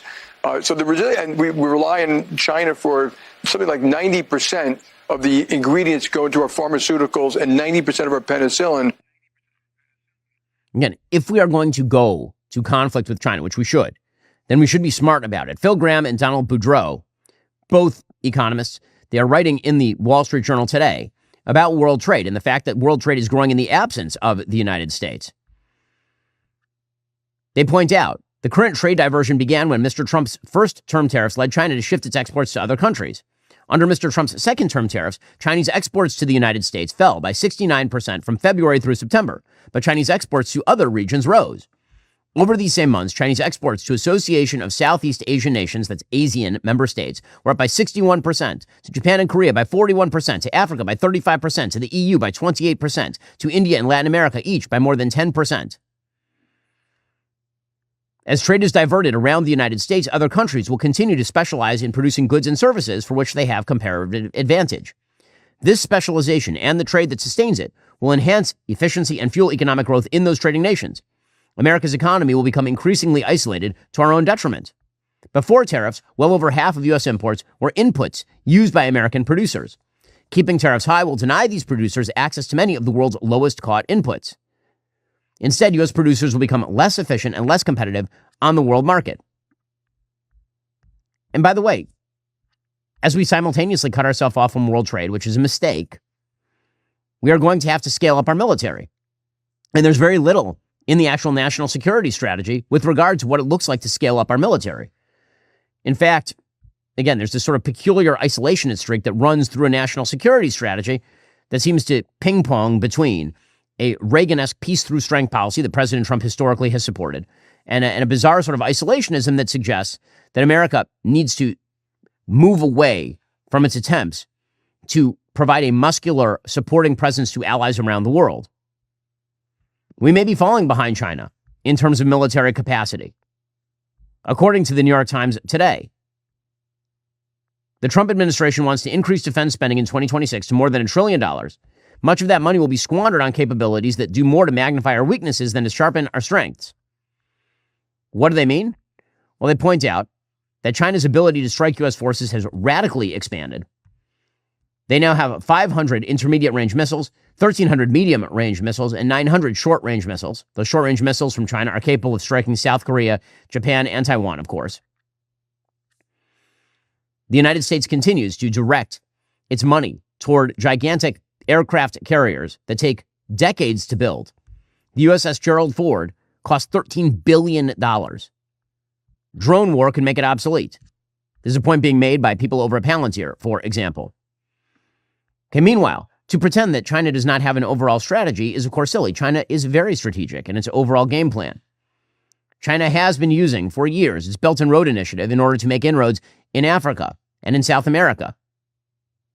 You know, when the national security strategy focuses heavily on the Western Hemisphere, what we should recognize is that the threat to the United States is not chiefly Venezuela, it is chiefly China, and China is working with places like Venezuela and Cuba. I'm not worried about the Cuban government, I'm worried about the Chinese using the Cuban government. And China is working with Russia, of course. So the national security strategy goes out of its way to wrap the Europeans on the knuckles. That is totally fine with me. The Europeans deserve to have their knuckles wrapped. The Europeans have lived high on the hog by not paying their own defense bills for decades. And they simultaneously have imported an enormous number of people from areas of the world that seek to undermine European civilization. That critique from J.D. Vance, that critique from the administration, totally correct. However, if you wish to instill in the Europeans a new backbone, if you wish to do a spinal injection on the Europeans, you need to point out who their enemies are. And yes, of course, they have internal problems, real internal problems, serious internal problems. But to pretend that the United States ought to take a sort of neutral position between the Europeans and the Russians is nutso. That is wrong. The Russians have overtly made clear their strategy for decades under Vladimir Putin, and that is to expand their sphere of influence to play at being a great power, despite the fact that the Russian economy is smaller than the economy of the state of Florida or Italy. And they want to do so at the expense of the Europeans, because what the Russians do not lack is stones. They lack a functioning economy, they lack a functioning democracy, but they have nuclear weapons and they have gall. And so what does that require? It requires that the Europeans and the United States actually work together to stop Russian predations. And yet if you look at the national security strategy, Russia barely earns a mention. Quote, should present trends continue, this is about Europe, the continent will be unrecognizable in 20 years or less. As such, it is far from obvious whether certain European countries will have economies and militaries strong enough to remain reliable allies. Many of these nations are currently doubling down on their present path. We want Europe to remain European, to regain its civilizational self-confidence, and to abandon its failed focus on regulatory suffocation. Yes, agree with all of that. But the strategy continues. This lack of self-confidence is most evident in Europe's relationship with Russia. European allies enjoy a significant hard power advantage over Russia by almost every measure save nuclear weapons. As a result of Russia's war in Ukraine, European relations with Russia are now deeply attenuated, and many Europeans regard Russia as an existential threat. Managing European relations with Russia will require significant U.S. diplomatic engagement, both to reestablish conditions of strategic stability across the Eurasian landmass and to mitigate the risk of conflict between Russia and European states. Okay, let's be clear here. The United States should not pretend to be a neutral broker between Russia and Ukraine. We have a very strong, yes, there's massive corruption in Ukraine. Also, there's massive corruption in Qatar, in Saudi Arabia, in a wide variety of nations that the Trump administration has quite warm relations with. The idea that we ought to play a neutral role with regard to the Russians, or that the Russians are about to flip and suddenly become a pro-American power, that is foolishness. It is absurd. It is not true. The Russians are adversarial to what they call Atlanticist interests, which is predominantly the United States. So when the national security strategy says it is a core interest of the United States to negotiate an expeditious cessation of hostilities in Ukraine in order to stabilize European economies, prevent unintended escalation or expansion of the war, and reestablish strategic stability with Russia. What does strategic stability looks like when Russia is an aggressive power? The Trump administration has quite properly called the Europeans on the fact that they have continued to purchase Russian gas. But what we should be doing is providing them American LNG. We should be strengthening our relations with them in the face of Russia's increasing predations because, of course, Russia and China are working in tandem. According to the new national security strategy, quote, the Trump administration finds itself at odds with European officials who hold unrealistic expectations for the war perched in unstable minority governments, many of which trample on basic principles of democracy to suppress opposition. Okay, yes, there are problems in places like France with suppressing the right. There are problems in places like Romania with suppressing. We've talked about this on the show. To somehow call the Europeans on the quote-unquote suppression of minority political rights while making room for the Russians, where there are no minority political rights. You find yourself flying off a fourth-story balcony if you oppose Vladimir Putin in Russia. It's kind of absurd. A large European majority, says the national security strategy, wants peace. Yet that desire is not translated into policy, in large measure because of those governments' subversion of democratic processes. Okay, this is the reverse of what the actual situation is. Yes, the Europeans, there are many Europeans on the right who would like to cut a separate peace with Russia. No, that would not be good for the United States if Russia somehow earns itself a gigantic chunk of Ukraine and another invasion of Ukraine in the next 5-10 years. The notion that we ought to be chiding the Europeans on their democracy, but not chiding, we should chide everybody, but chiding the Europeans and not chiding the Russians and pretending neutrality. I mean, I can see why the Russians are trying to expand their foothold in Ukraine. I mean, what guarantee could a United States that puts out that in the national security strategy give to the Ukrainians to get them to stop fighting? Like, what security guarantee would be trustable under those circumstances? You can see why Vladimir Zelensky, again, none of this excuses the corruption inside the Zelensky regime in Ukraine. None of it. I asked Zelensky directly about corruption in Ukraine when I visited with him in Kyiv. Right? You can watch the interview. But you can see why Zelensky is refusing to cede land to Russia. Why? Because he doesn't have any security guarantees from a country that is attempting to equate Russia's predation with European multi-party democracy, which is not even remotely on the same scale as what's happening in Russia. Donald Trump Jr. in Qatar, of all places, which, yes, is a terror-supporting slave state. Okay, let's just be clear. Qatar can be a strategic ally of the United States in certain respects, including Al Udeid Air Base. And also, they can, in fact, be a terror-supporting slave state, which is what they are. Human slavery is alive and well in Doha. Who do you think is building all of their beautiful buildings? They have a population, a citizenry in Qatar of something like 300,000 people. But that ain't the population in Qatar. Already coming up, we'll get to Qatar, what people are saying there about Russia. It's a little weird. First, this Christmas season, you could actually help change a life. Actually, 2 lives. Picture a young woman who just found out she's pregnant and wasn't expecting it. She's scared. Maybe she doesn't have much support. She's not sure what her options are. Well, that's exactly who our sponsor, Preborn Ministries, is there for. They offer free ultrasounds and counseling to women facing these tough decisions. Sometimes just seeing that ultrasound and talking to somebody who cares makes all the difference. If you're looking for a meaningful way to give this year, this might be worth considering. Steve Jobs, Celine Dion, Steph Curry, these were all unplanned pregnancies. Maybe you were too. Maybe somebody you love was. Life has a way of working out differently than we expect. When a woman is facing that difficult decision, Preborn is there to help. When a woman sees her baby's ultrasound at Preborn, everything can change. That moment often gives her the courage to choose life. This Christmas, just $28 can sponsor an ultrasound, and right now, your gift is doubled through a matching grant. To donate, dial pound 250 and say baby, or visit preborn.com/Ben. That's pound 250, keyword baby, or preborn.com/Ben. You're not going to do anything more important this year. Go help out our friends over at Preborn right now by dialing pound 250 and saying baby, or visit preborn.com/Ben. I asked our sponsors over at Comet, a project of perplexity, what is the population of Qatar and how many citizens are there? Qatar's total population is 3.1 million people. That's the total population. How many citizens are there? Somewhere between 330,000 and 360,000. 90% of the people living in Qatar are not citizens. They cannot vote. They have no actual serious legal rights there.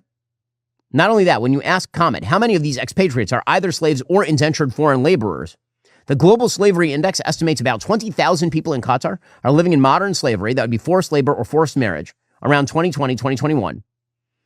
But not just that. Human rights organizations report migrant workers make up over 90% of Qatar's population and 95% of its labor force, and many low-paid workers experience serious abuses under or linked to the kafala sponsorship system.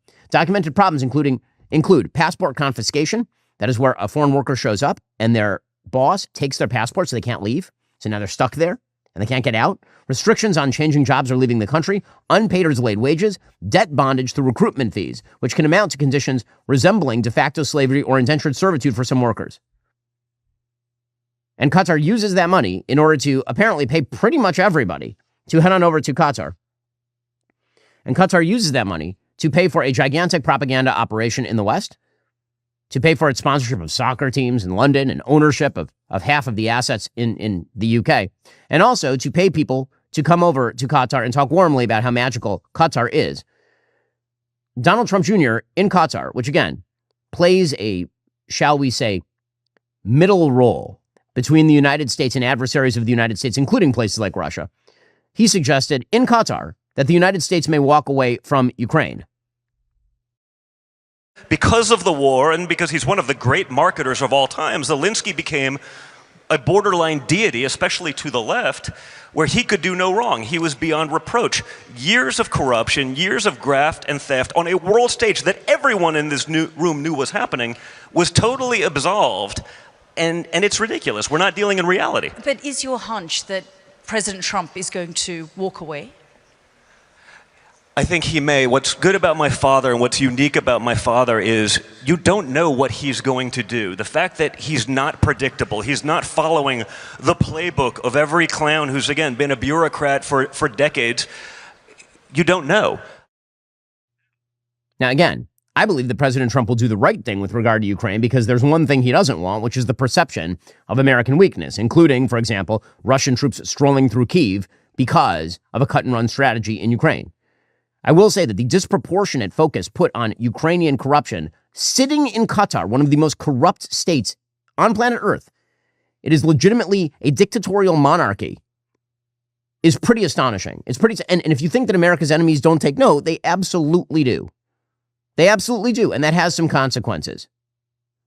Now again, some of what's going on with regard to China has political considerations attached in the United States. One of those political considerations has been Chinese restrictions on soybean exports from the United States to China. Just another reason why a free trade system promoted by the United States, yes, using tariffs to ratchet down tariffs that other countries have put on us, would be superior to throwing up tariffs on the entire world and then having to cut deals with the Chinese. So America's farmers, particularly soybean farmers, have been harmed by the trade war between the United States and China.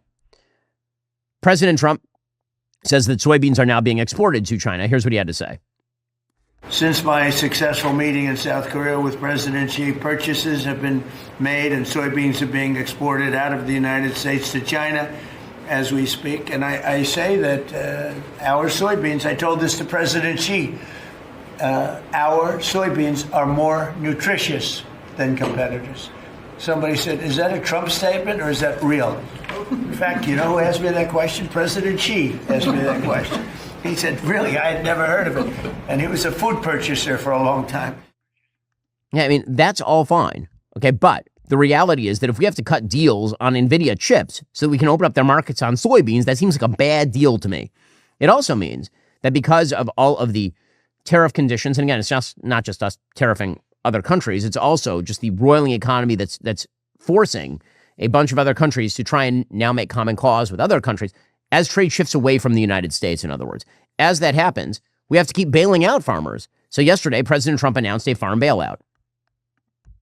What we're doing is we're taking a relatively small portion of that, and we're going to be giving and providing it to the farmers in economic assistance. And we love our farmers. And as you know, the farmers like me, because, based on voting trends, you could call it voting trends or anything else, but they're great people. They're the backbone of our country.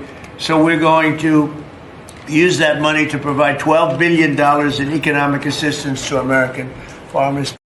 Okay, so again, those are some of the consequences that happen when, in fact, you have mercantilistic policy on all sides, is that you require payoffs. Now, what does all this mean for affordability? Are things getting more affordable? Well, the inflation rates have obviously come down. They've come down because, well, I've been very critical of the trade policy of the administration. We've had great deregulatory policy under this administration and excellent tax policy under this administration.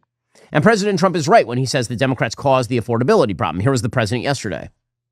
We inherited a mess, affordability, but you can call it affordability or anything you want, but the Democrats caused the affordability problem, and we're the ones that are fixing it. So it's a very simple statement. They caused it, we're fixing it. Okay, he's not wrong about that. At the same time, the only way that people are going to feel the dynamism of the American economy is if we actually allow for the dynamism of the American economy, broad scale. That doesn't mean picking and choosing winners and losers. It doesn't mean taking stakes in private companies. It means allowing the economy to roar. President Trump knows how to do that, and that's what he should do.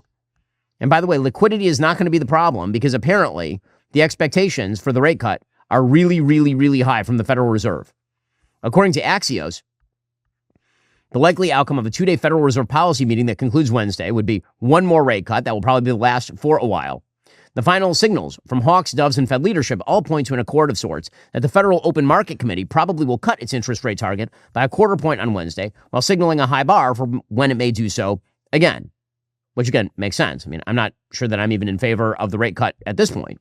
It seems to me that there's plenty of liquidity in the economy. With that said, liquidity is not going to be the problem. The problem is going to be how do we outcompete everybody else? That is the thing that matters. Other things the GOP could do right now, obviously cracking down on welfare fraud would be a big one. Now, the president has focused a lot on illegal immigration, but the actual bigger story with regard to Minnesota is the gigantic presence of huge bags of government cash inevitably leads to fraud. These programs are not efficient. They do not achieve the goals that they seek, generally speaking. A fascinating story from the Wall Street Journal today, talking about the sort of welfare fraud that is actually far more common than what we saw in the Somali community in Minnesota.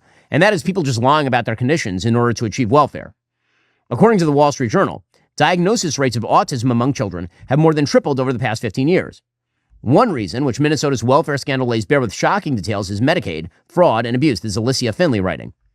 Medicaid pays healthcare providers big bucks to diagnose and treat children with autism, sometimes tens of thousands of dollars a month for a single child. Yet states rarely verify that kids who are diagnosed actually meet the medical criteria for the disorder, or that they get appropriate treatment from qualified specialists. The result, children covered by Medicaid or the government-run Children's Health Insurance Program are 2.5 times as likely as those with private coverage to be diagnosed with autism. Many lower-income kids are labeled autistic merely because they have behavioral or developmental problems. So if you want to look at the tremendous number of increased autism diagnoses, one of the reasons for that, of course, is because if you pay people more based on their diagnosis of autism, you're going to get more autism diagnoses. In Minnesota, the number of autism providers soared 700%. Payments to them increased 3,000% between 2018 and 2023. All of this underlines broader problems with America's social welfare industrial complex. Liberals measure success by how much money is spent rather than outcomes, and they accept waste and fraud and abuse.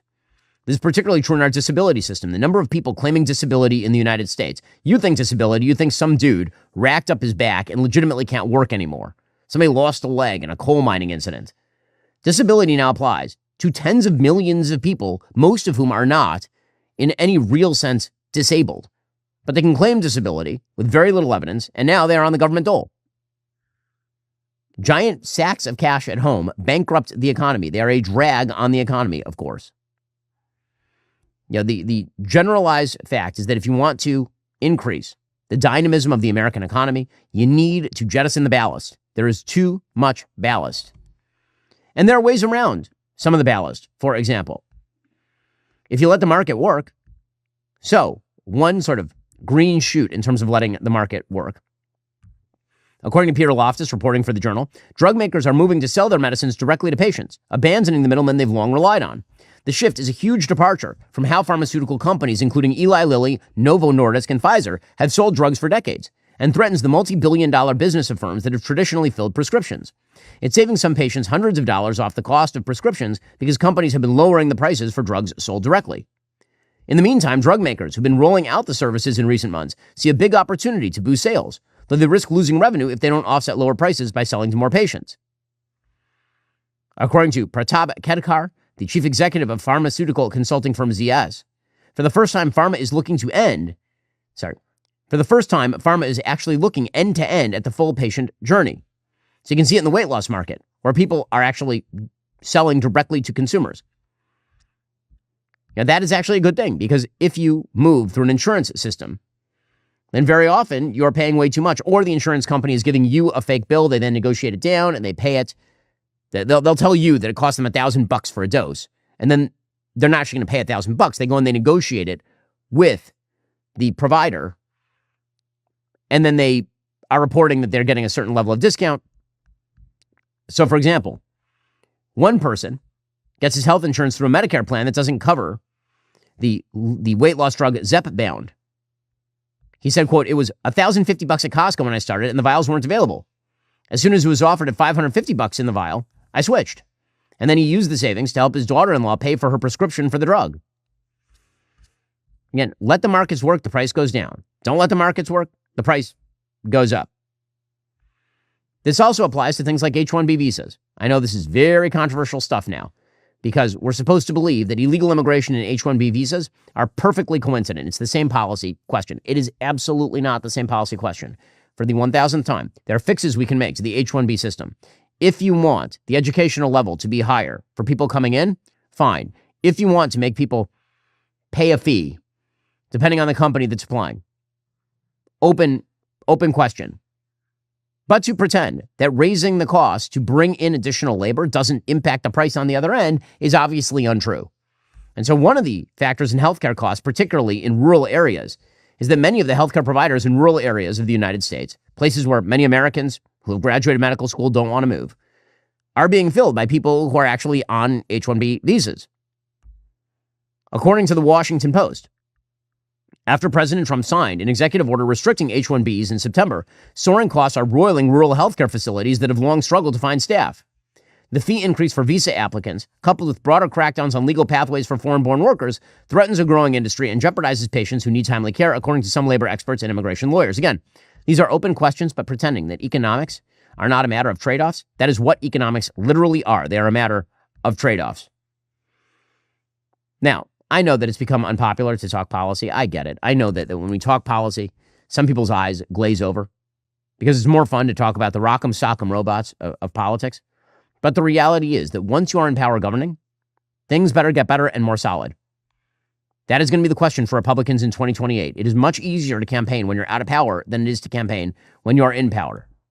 That is just the reality of the situation. And so if the Republicans wish to be victorious in 2026 and 2028, they're going to need to deliver. They've already delivered on many fronts. They're going to need to deliver in even broader fashion on economic affordability, which means really economic robustness, and a national security strategy that strengthens our allies at the expense of our enemies. Already coming up, we'll talk about Jasmine Crockett, the crazed Democrat from Texas now wants to run for the Senate. We'll see how it goes for her, Cotton. It's a bold strategy. Remember, in order to watch, you have to be a member. If you're not a member, become a member. Use code Shapiro. Check out for 2 months free on all annual plans. Click that link in the description and join us.